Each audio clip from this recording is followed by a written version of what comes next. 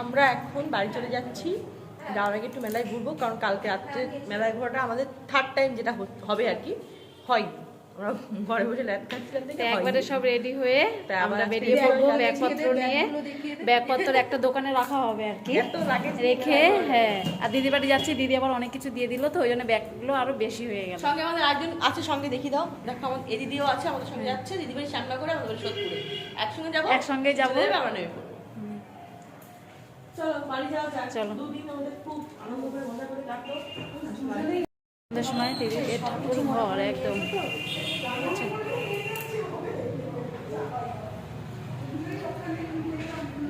চলো